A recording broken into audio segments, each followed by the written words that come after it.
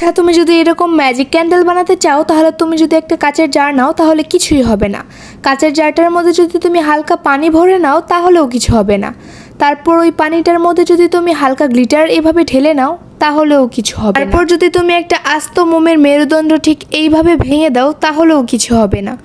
মোমটাকে যদি তুমি আস্তে আস্তে গুঁড়ো গুঁড়ো করে এর মধ্যে যদি খানিকটা গ্লিটার মিশিয়ে দাও এবং মোমটাকে যদি পুরোপুরিভাবে গলিয়ে দাও তাহলেও কিছু হবে। আর এই গলানো মোমটাকে যদি তুমি কাচের বোতলের ভিতরে হালকা হালকা করে এইভাবে ঢালতে থাকো তাহলেও কিছু হবে না। না, এইবার হবে। তাহলে তুমি পেয়ে যাবে এত সুন্দর একটা ম্যাজিক ক্যান্ডেল। মানে পিন্টারেস্টে দেখছি কয়েকদিন ধরে এটা অনেক বেশি ভাইরাল হচ্ছে, আর তাই আমিও বানিয়ে ফেললাম। এখন দেখার পালা এটা দিয়ে কি আসলে আগুন জ্বলে নাকি। তো আমি আমার বানানো আরেকটা মোম দিয়ে এই মোমটাকে জ্বালিয়ে নিলাম, আর এইটা দেখতে পুরাই অ্যাস্থেটিক লাগতেছিল। মানে এটা দেখতে আসলেই অনেক বেশি সুন্দর লাগছিল।